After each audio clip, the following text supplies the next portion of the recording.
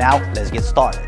We're back with another video, and this week we're going to check out how to use your hook kick on attacking and counter-attacking. It's a pretty simple kick and we need to check it out. Let's go. The first part we're going to check out is attacking with the hook kick. And why I said it's a pretty simple kick is because it's very similar with the roundhouse, and it's pretty much the opposite of a roundhouse, right? So whenever you go chambered here, instead of releasing a roundhouse kick, you are just going to release the opposite way. So very important on attacking, two things I want to point out is to kind of disguise your kick in any other kick. So let's say if I attack with the hook kick, my first move is going to be the chambering part and shuffling forward, right?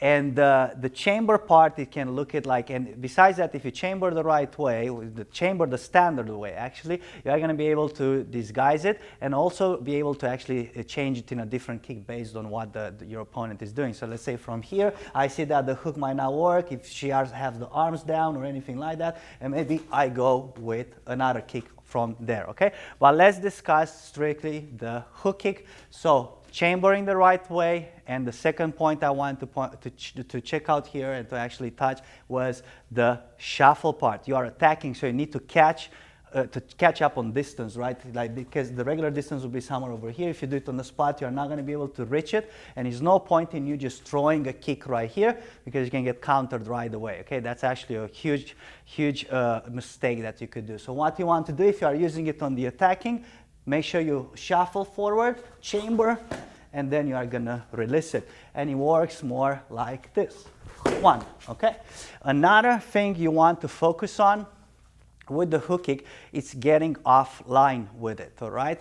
An advantage of this kick, it's actually, and you'll see it better on counterattacking, an advantage of this kick, it's actually getting around opponents' kicks. And especially when they do front leg techniques over here, you want to get a little around it. And then because they could try to cancel you while you attack with this hook kick. But even if she would try to cancel me here, I would get under it and I would still be able to just score if I choose to attack with this hook kick. So one more time.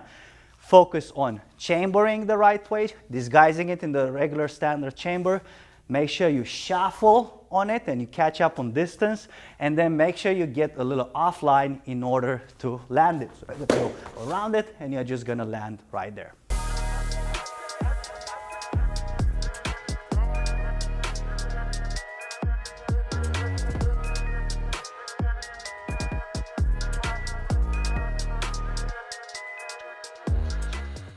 Countering with the hook kick. Now, this one can go body level and head level as well, all right? So if you counter with the hook kick, what you're gonna want to do, it's a little less chambering and actually kind of going from the ground and scooping the hook kick up. So for example, if she attacks right here, I'll go right under the kick. And why I said less chambering is because of this. Look what happened what happens if I chamber the standard way, right? She attacks, I chamber. This can become more a cancel, or we just bump legs over there, right? So I'm not going to be able to do the hook kick that well here because our legs are most likely going to clash there. So if you want to counter on it, you are going to have to kind of keep your ground. They attack you with the front leg, you have this arm always ready, kind of let them kick your arm or actually swipe the kick up and you get under it right there, okay? So one more time, if I'm in guarding stance, I'm kicking my knee down and I'm just getting again offline. Very important to get around it and into the chest guard for scoring. So in order to do that, watch my knee. The knee stays down here and then I'm able to actually release it on the chest guard instead of the way you are doing it when you attack and your knee comes up all the way, so you can get offline right there. All right, so that would be the difference.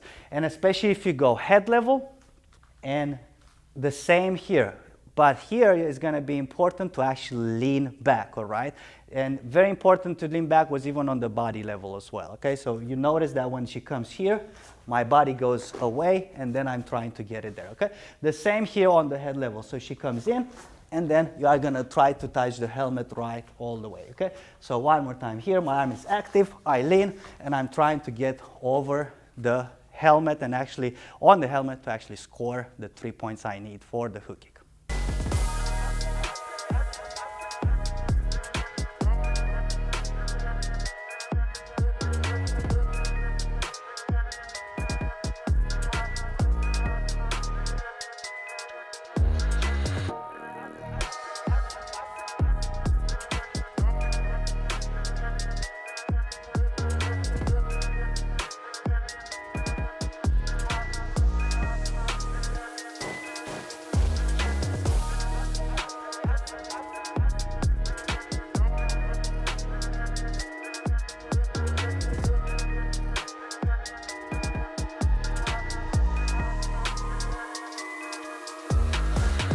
This is everything we have on the hook kick today. If you have more suggestions, let us know in the comments. Otherwise, we'll see you in the next episode. W1.